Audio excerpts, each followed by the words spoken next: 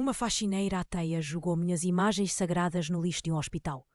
Eu sei que parece o fim, mas foi ali que Santo António me salvou de um jeito que nunca imaginei ser possível. Eu sou alguém que, há mais de uma década, ajuda pessoas a desvendarem as sombras da alma. E hoje, você vai entender como a fé, mesmo quando descartada, pode trazer a mais pura luz.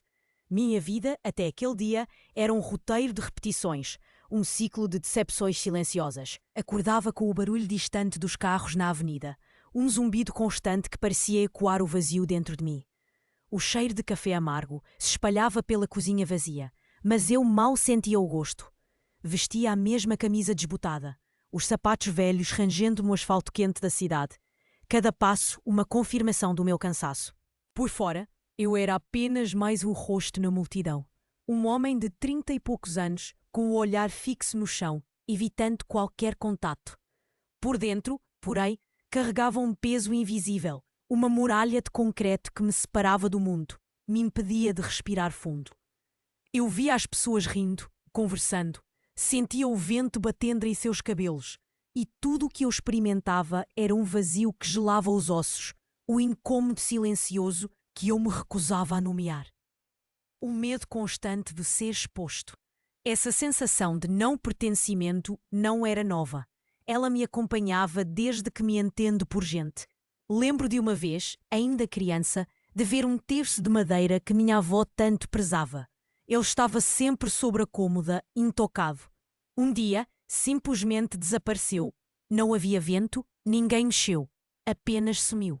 Aquilo não me causou pânico, mas uma estranha indiferença. Como se o sagrado tivesse desfeito no ar. Era um aviso, um sussurro do que viria.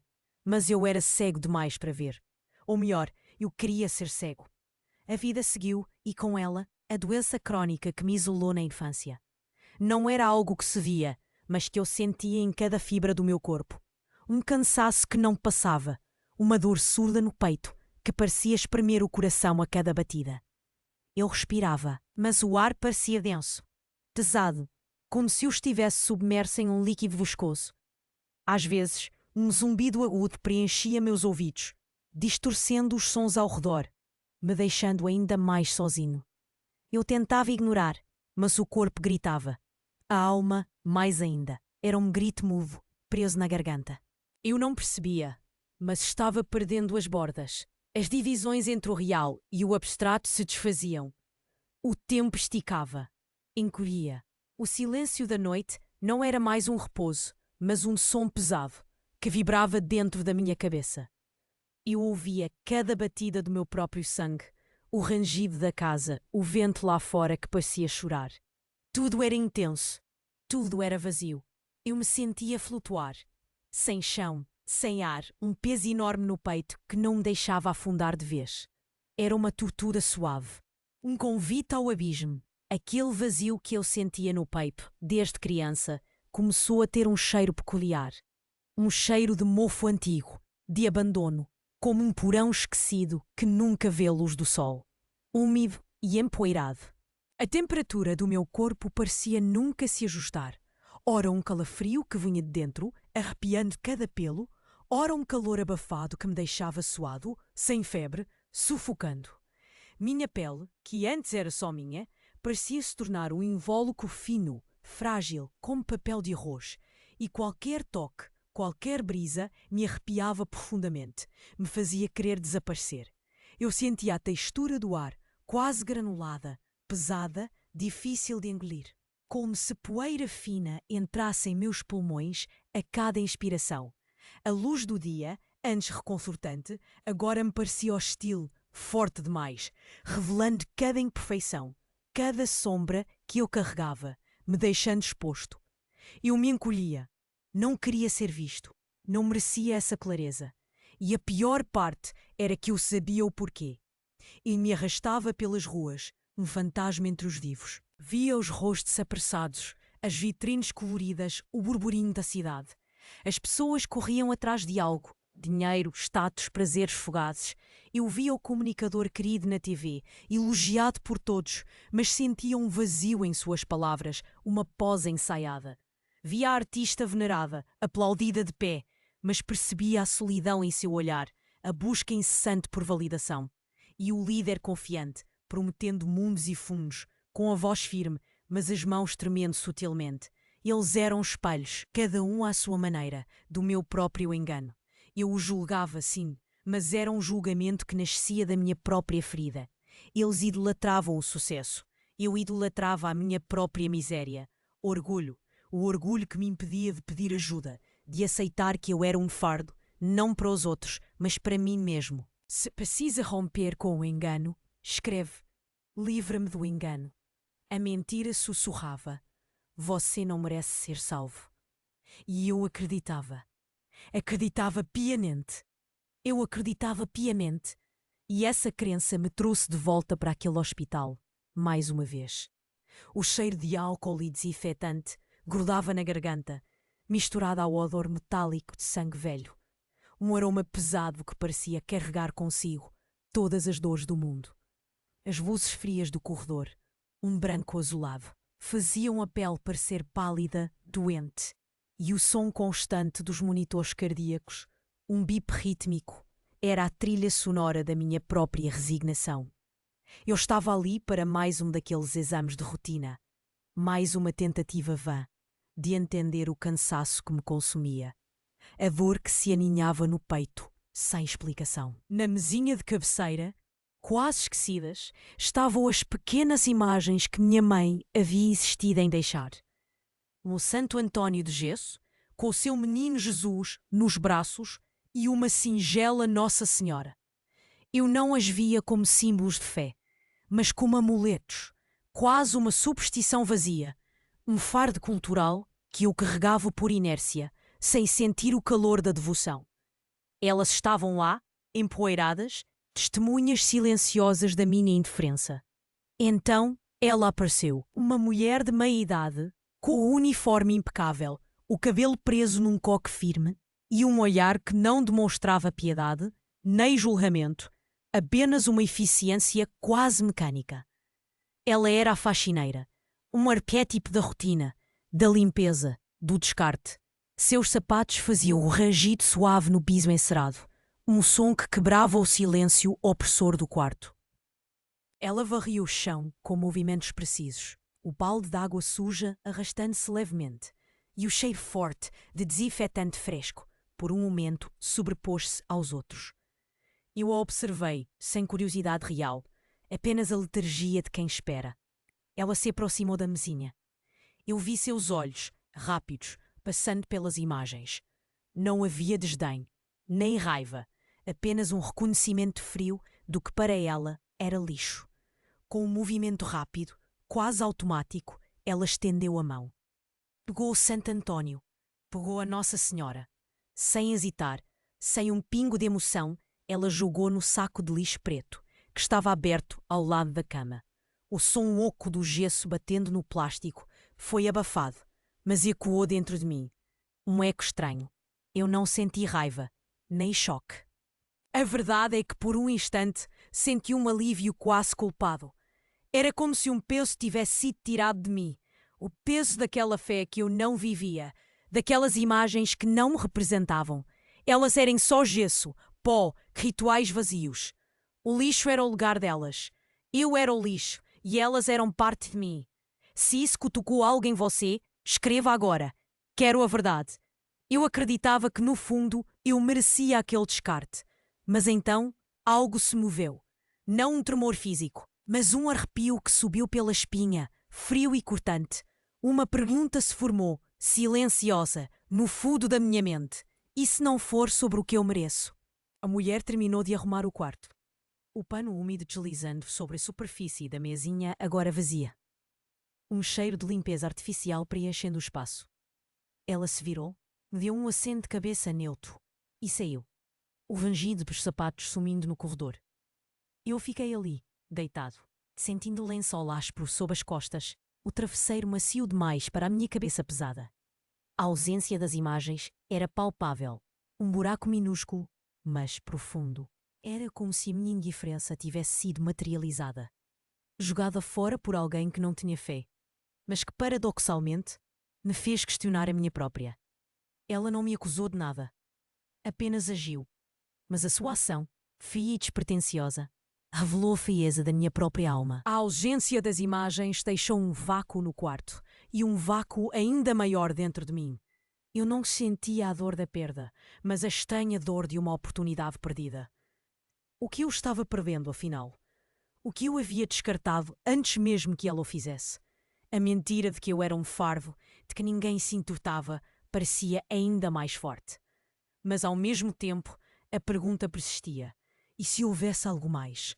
E se o problema não fosse a fé, mas a minha forma de enxergá-la? Eu me sentia como um navio à deriva, sem velas, sem leme, apenas flutuando em um mar escuro e gelado. O cansaço físico era um reflexo do cansaço da alma, um peso que eu carregava desde a infância, desde as primeiras vezes que ouvi meus pais rezando por uma cura que nunca vinha. Naquela noite, a escuridão do quarto parecia mais densa, mais viva.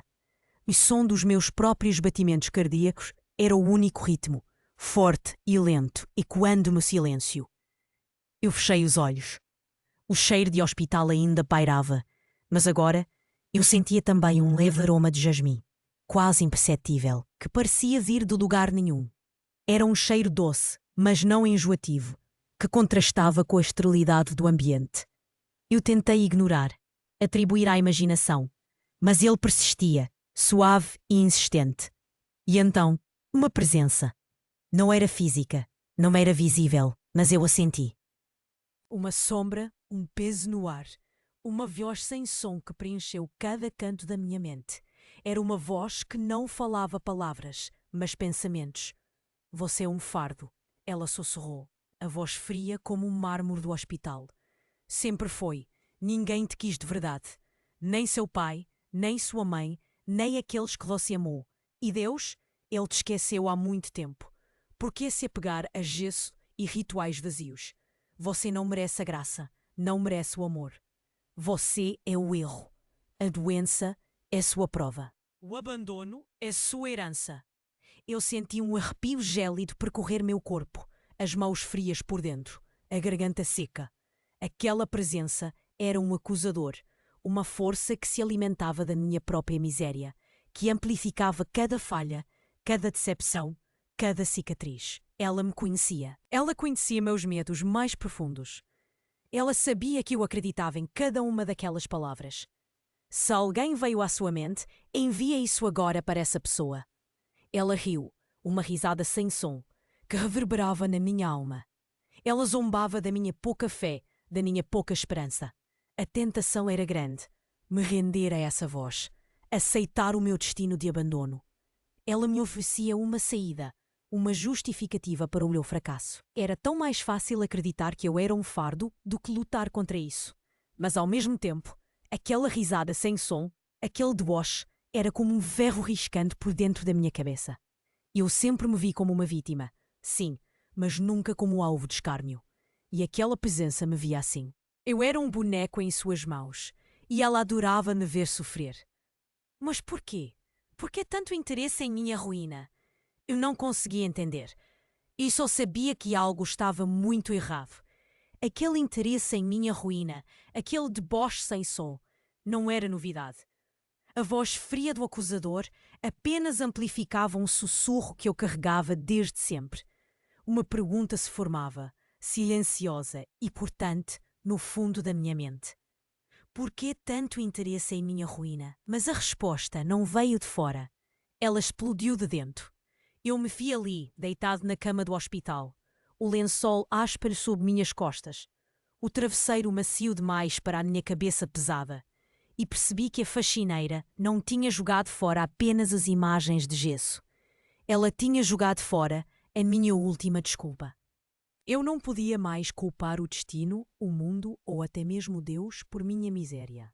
A verdade, nua e crua, era que eu já tinha descartado a fé, a esperança, a possibilidade de ser amado muito antes dela.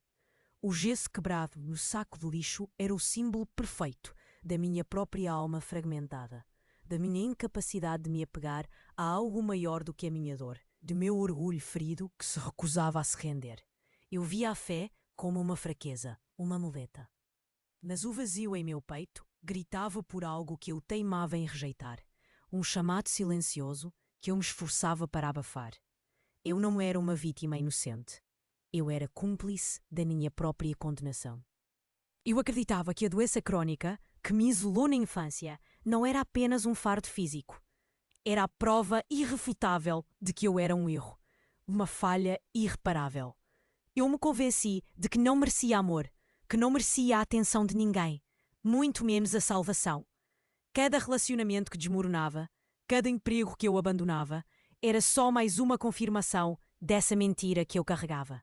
A voz externa do acusador apenas dava corpo ao monstro que eu alimentava por dentro, o eco frio do meu próprio julgamento. O cheiro de jasmim, que antes me pareceu uma anomalia, agora parecia zombar da minha sujeira interna. Um perfume delicado em meio à podridão da minha autoimagem, um contraste brutal que me feria. Se entendeu o perigo do orgulho, comenta. O orgulho cega. Lembrei-me do meu quarto, o silêncio pesado que sempre o preenchia. Não era paz, era a ausência de vida, a ausência de esperança. Ou me encolhia na cama, não por humildade, mas por um medo abjeto de ser visto, de ter minha falha exposta ao sol. O travesseiro macio sob a cabeça era um refúgio, mas também uma prisão. Eu sentia o tecido áspero do lençol, a umidade sutil do suor frio que escorria pelas minhas têmporas. Aquele era o meu altar. O altar da minha autossabotagem, da minha crença de que eu era indigno, um fardo para todos. O olhar sempre desviado ao cruzar com uma igreja, como se a luz divina pudesse queimar minha pele. Era a prova do meu medo, da minha fuga. Eu tinha medo de ser salvo. Aquele cheiro de jasmim, doce e inusitado, ficou mais forte. Não era um cheiro de hospital. Era um aroma de jardim, de esperança, de algo que eu havia esquecido há muito tempo. A frieza do quarto, a umidade no ar, tudo pareceu ceder a uma brisa quente e suave que não vinha de nenhuma janela. Meus olhos estavam fechados, mas eu sentia uma luz. Uma luz que não era forte, nem ofuscante, mas que aquecia o meu peito, dissolvendo o gelo que eu carregava ali. O zumbido no meu ouvido, que me atormentava, se transformou em uma melodia suave, quase um canto, sem palavras, mas cheio de uma paz que eu nunca havia experimentado. E então, em meio àquela luz morna e ao cheiro de jasmim, uma voz. Não era a voz do acusador. Não era a minha voz interna de condenação. Era uma voz que ressoava em cada célula do meu corpo, firme e terna ao mesmo tempo, como um abraço que preenchia o vazio. As palavras não vieram pelos ouvidos, mas direto na alma. Você não é o fardo, você é um filho. Eu te escolhi, mesmo quando você se jogou fora. Seu valor não está no que você faz, mas no que você é para mim. Se você já sentiu esse chamado, diga: abre meus olhos. A voz não era um som. Era um terremoto que ninguém mais ouvia. Desmantelou cada tijolo da fortaleza que eu tinha construído. As palavras você não é um fardo, você é um filho. Eu te escolhi, mesmo quando você se jogou fora. Seu valor não está no que você faz, mas no que você é para mim, ecoaram. Não havia sarcasmo, não havia condenação, apenas uma verdade tão pura que doeu. Doeu porque revelava a extensão da minha própria cegueira, a profundidade do meu engano. Eu entendi. Entendi que eu havia abraçado a mentira de ser um fardo, não porque fosse verdade, mas porque me dava uma desculpa para não viver, para não amar, para não me arriscar. Meu orgulho, o veredito pesava, sim, a responsabilidade de ser quem eu realmente era. Mas era um peso que libertava. Era como se o ar, antes denso e opressor, agora fosse leve, respirável. Eu não era o erro, eu era a escolha.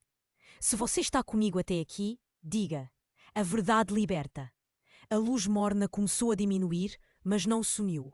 O cheiro de jasmim, que antes era uma presença forte, agora se misturava suavemente ao cheiro do hospital, criando uma fragrância estranha, mas não desagradável.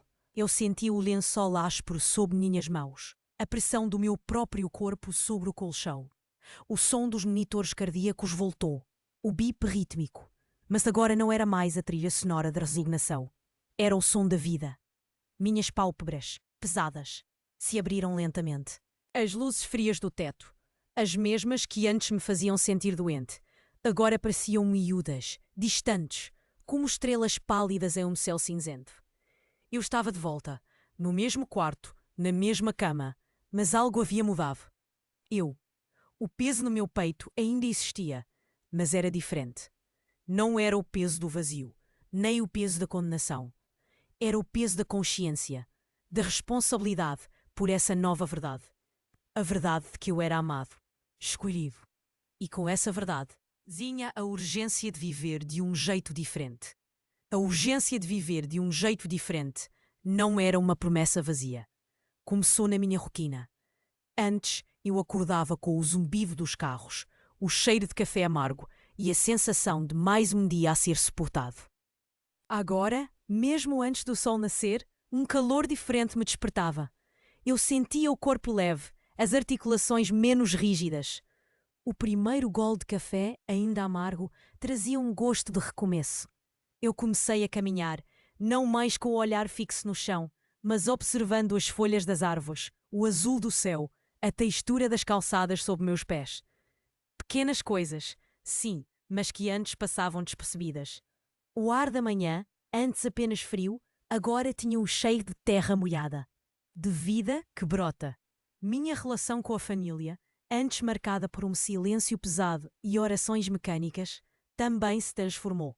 Eu liguei para minha mãe. O telefone, antes um objeto de fuga, agora era uma ponte. A voz dela, antes distante, agora soava mais próxima, mais real. Eu comecei a perguntar sobre o dia dela, a ouvir de verdade, a sentir o calor da sua preocupação, o cheiro de bolo caseiro que eu imaginava que ela fazia. Não eram mais rituais vazios, mas encontros de almas. Percebi o quanto eu tinha-me fechado, o quanto eu a havia afastado com a minha dor silenciosa. Ela não era mais a que rezava mecanicamente, mas a que amava incansavelmente. O consumo, antes uma forma de preencher o vazio, com o que era fácil e fugaz, também mudou. Eu parei de buscar a comida que me pesava, o entretenimento que me distraía, mas não me nutria. Em vez disso, comecei a sentir o gosto dos alimentos de verdade, a textura das frutas frescas, o cheiro do pão assado. Eu buscava livros que falassem de esperança, de transformação, que me dessem algo para mastigar, para refletir. Aquele dinheiro que eu gastava em coisas inúteis, agora era investido em experiências, em conhecimento, em ajudar quem precisava. Eu não precisava mais de muletas, nem de distrações. Eu precisava de vida, de propósito. E a comunidade, aquele homem que se encolhia de medo de ser visto, começou a abrir os olhos para os outros. Eu me ofereci como voluntário em um abrigo, senti o cheiro de comida quente, o barulho das crianças brincando, o toque da mão de um idoso. Não era um ato de caridade, mas de pertencimento. Eu não estava mais sozinho. Eu era parte de algo maior. Aquele medo de ser um fardo se transformou na alegria de ser útil, de ser um instrumento. A luz do dia, antes hostil, agora me convidava a sair, a encontrar, a abraçar. A devoção, então, floresceu. As imagens de gesso, antes descartadas, ganharam um novo significado. Eu não as via como amuletos, mas como símbolos de uma fé viva, de uma presença que me sustentava. Eu comecei a rezar de verdade, não com palavras vazias, mas com o coração. Senti a paz que vinha da oração, o calor que emanava da presença divina. O silêncio do meu quarto, antes um som pesado, agora era um convite à introspecção, ao diálogo com o sagrado. Era uma conversa, não um monólogo. O Santo António, que a faxineira jogou fora, me salvou, sim, mas não com um milagre vistoso. Ele me salvou ao me mostrar o milagre da minha própria redescoberta. Se decide mudar hoje, comenta, novo começo, minha redescoberta. Mas e você? Quantas vezes você se viu jogando fora o que havia de mais precioso, não por maldade, mas por puro cansaço, por acreditar na mentira de que você era um fardo? Quantas imagens de esperança, quantos santos Antónios da sua própria vida foram parar no lixo da indiferença, da autossabotagem, da descrença? Talvez não tenha sido uma faxineira. Talvez tenha sido uma voz interna, gelada como o mármore de um hospital, sussurrando que você não merecia, que era um erro. Você sente esse peso, essa dor surda no peito que não passa, mesmo quando tudo por fora parece bem? Essa sensação de flutuar, sem chão, sem ar, como eu me sentia?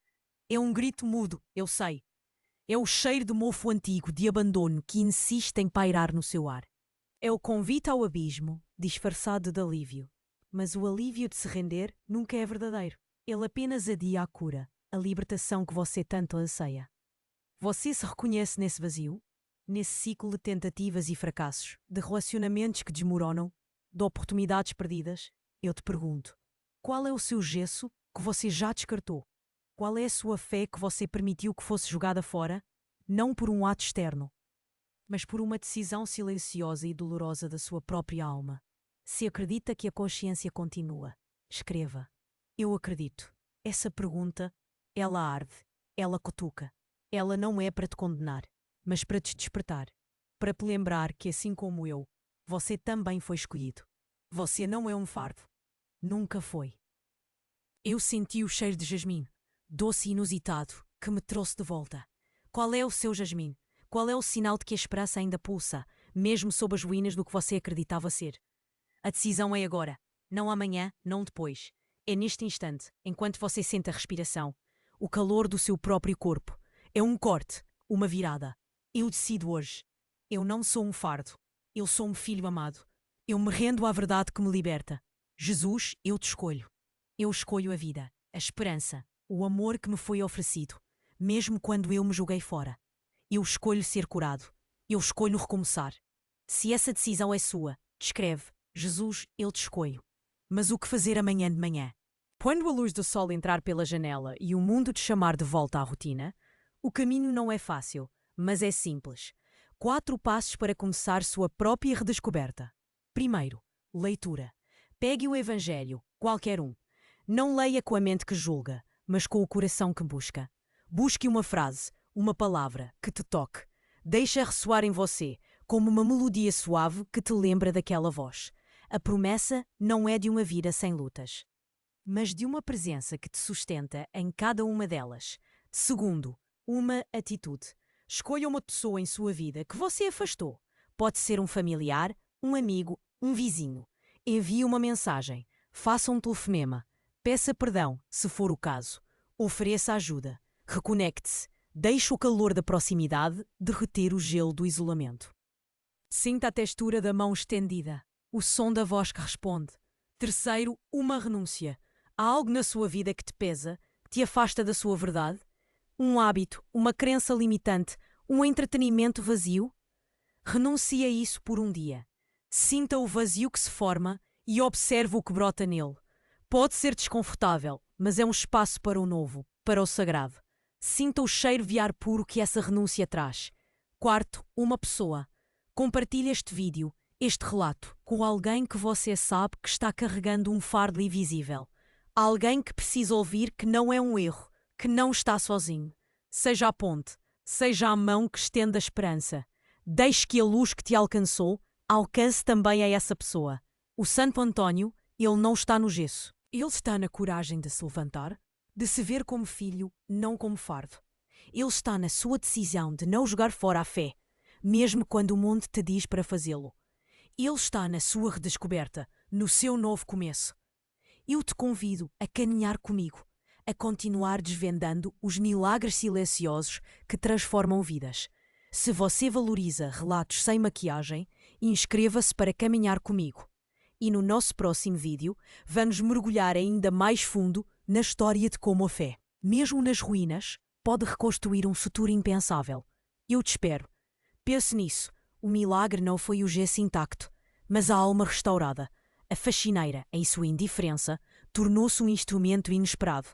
É no paradoxo da perda que a verdadeira salvação se revela. O que parece lixo pode ser a porta para o divino. Um novo começo, real, te espera. A voz não era um som. Era um terremoto que ninguém mais ouvia. Desmantelou cada tijolo da fortaleza que eu tinha construído.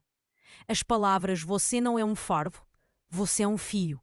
Eu te escolhi, mesmo quando você se jogou fora. Seu valor não está no que você faz, mas no que você é para mim. Ecoaram. Não havia sarcasmo. Não havia condenação. Apenas uma verdade tão pura que doeu. Doeu porque revelava a extensão da minha própria cegueira. A profundidade do meu engano. Eu entendi. Entendi que eu havia abraçado a mentira de ser um fardo. Não porque fosse verdade, mas porque me dava uma desculpa para não viver, para não amar, para não me arriscar. Meu orgulho não era de ser forte, mas de ser a vítima perfeita. A clareza era um golpe, um soco no estômago, mas, paradoxalmente, trazia um alívio imenso, um frescor que vinha de dentro, como o cheiro de chuva em terra seca. Eu me rendi. Rendi minhas desculpas, minhas queixas, meu autoabandono.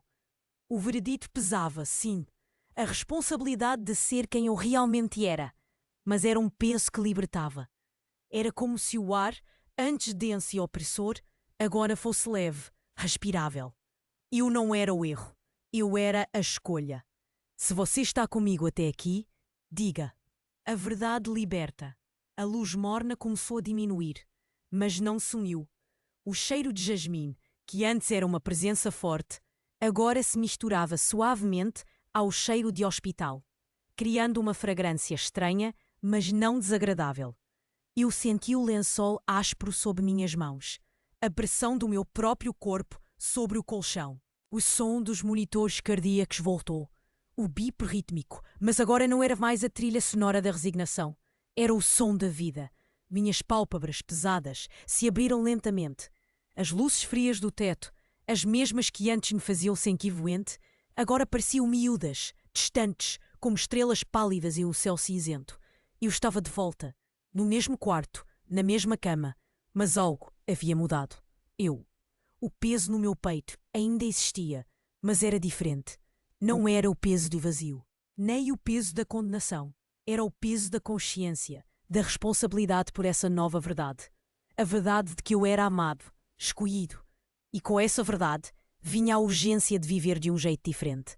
A urgência de viver de um jeito diferente não era uma promessa vazia. Começou na minha rotina.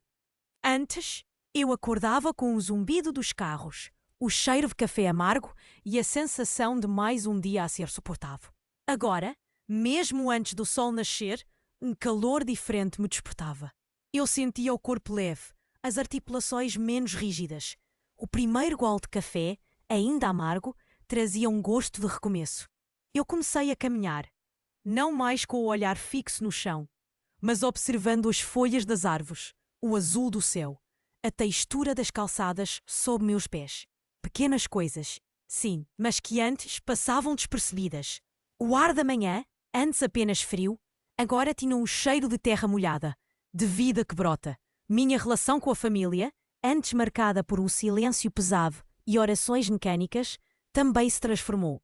Eu liguei para minha mãe. O telefone, antes um objeto de fuga, agora era uma ponte. A voz dela, antes distante, agora soava mais próxima, mais real. Eu comecei a perguntar sobre o dia dela, a ouvir de verdade, a sentir o calor da sua preocupação, o cheiro de bolo caseiro que eu imaginava que ela fazia. Não eram mais rituais vazios, mas encontros de almas. Percebi o quanto ele tinha-me fechado, o quanto eu a havia afastado com a minha dor silenciosa. Ela não era mais a que rezava mecanicamente, mas a que amava incansavelmente. O consumo, antes uma forma de preencher o vazio com o que era fácil e fugaz, também mudou. Eu parei de buscar a comida que me pesava, o entretenimento que me distraía, mas não me nutria. Em vez disso, comecei a sentir o gosto dos alimentos de verdade, a textura das frutas frescas, o cheiro do pão assado. Eu buscava livros que falassem de esperança, de transformação, que me dessem algo para mastigar, para refletir. Aquele dinheiro que eu gastava em coisas inúteis agora era investido em experiências, em conhecimento, em ajudar quem precisava. Eu não precisava mais de muletas, nem de distrações. Eu precisava de vida, de propósito. E a comunidade? Aquele homem que se encolhia de medo de ser visto começou a abrir os olhos para os outros. Eu me ofereci como voluntário em um abrigo. Senti o cheiro de comida quente, o barulho das crianças brincando, o toque da mão de um idoso. Não era um ato de caridade, mas de pertencimento. Eu não estava mais sozinho. Eu era parte de algo maior. Aquele medo de ser um fardo se transformou na alegria de ser útil, de ser um instrumento. A luz do dia, antes hostil, agora me convidava a sair, a encontrar, a abraçar. A devoção então floresceu. As imagens de gesso, antes descartadas, ganharam um novo significado. Eu não as via como amuletos, mas como símbolos de uma fé viva, de uma presença que me sustentava. Eu comecei a rezar de verdade, não com palavras vazias, mas com o coração. Senti a paz que vinha da oração. O calor que emanava da presença divina. O silêncio do meu quarto, antes um som pesado, agora era um convite à introspeção, ao diálogo com o sagrado. Era uma conversa, não um monólogo. O Santo António, que a faxineira jogou fora, me salvou, sim, mas não com um milagre vistoso. Ele me salvou ao me mostrar o milagre da minha própria redescoberta. Se decide mudar hoje, comenta. Novo começo. Minha redescoberta. Mas e você?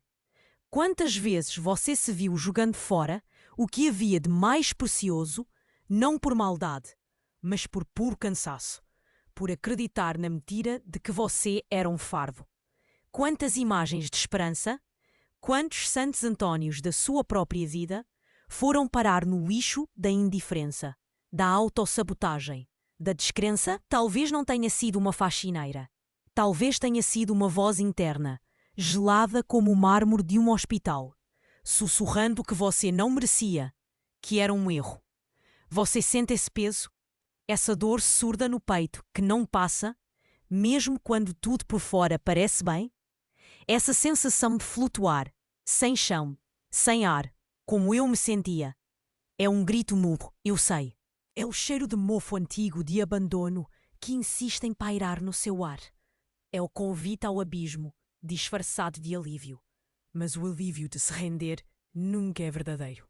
Ele apenas adia a cura, a libertação que você tanto anseia. Você se reconhece nesse vazio?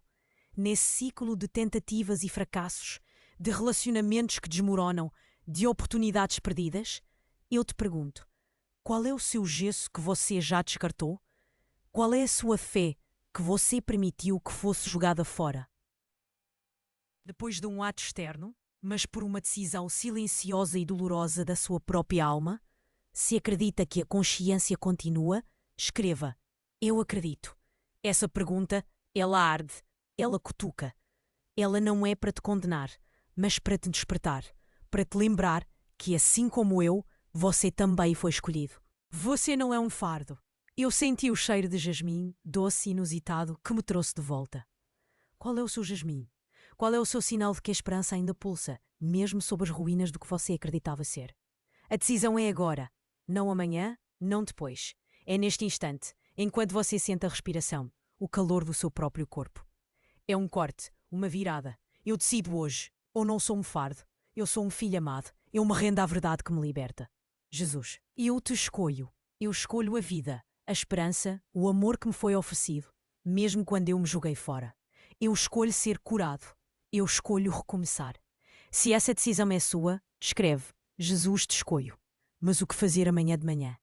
Quando a luz do sol entrar pela janela e o mundo te chamar de volta à rotina, o caminho não é fácil, mas é simples.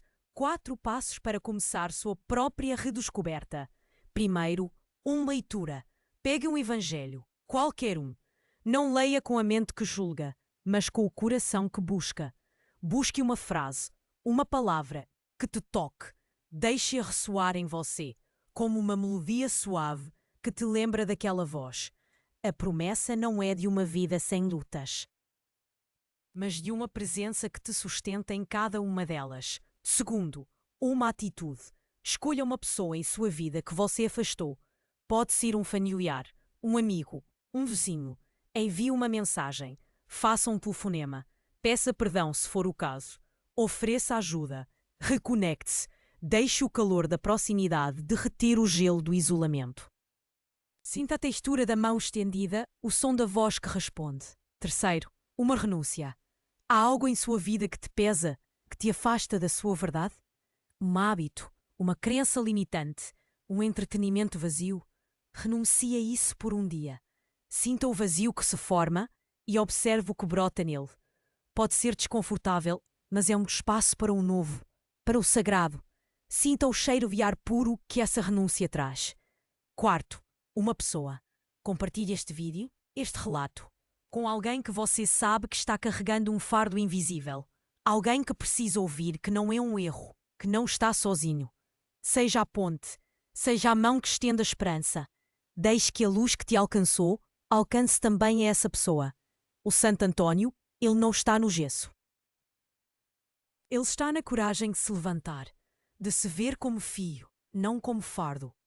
Ele está na sua decisão de não jogar fora a fé, mesmo quando o mundo te diz para fazê-lo. Ele está na sua redescoberta, no seu novo começo. Eu te convido a caminhar comigo, a continuar desvendando os milagres silenciosos que transformam vidas. Se você valoriza relatos sem maquiagem, inscreva-se para caminhar comigo. E no nosso próximo vídeo, vamos mergulhar ainda mais fundo na história de como a fé, mesmo nas ruínas, pode reconstruir um futuro impensável. Eu te espero. Pense nisso. O milagre não foi o gesso intacto, mas a alma restaurada. A faxineira, em sua indiferença, tornou-se um instrumento inesperado. É no paradoxo da perda que a verdadeira salvação se revela. O que parece lixo pode ser a porta para o divino. Um novo começo real te espera.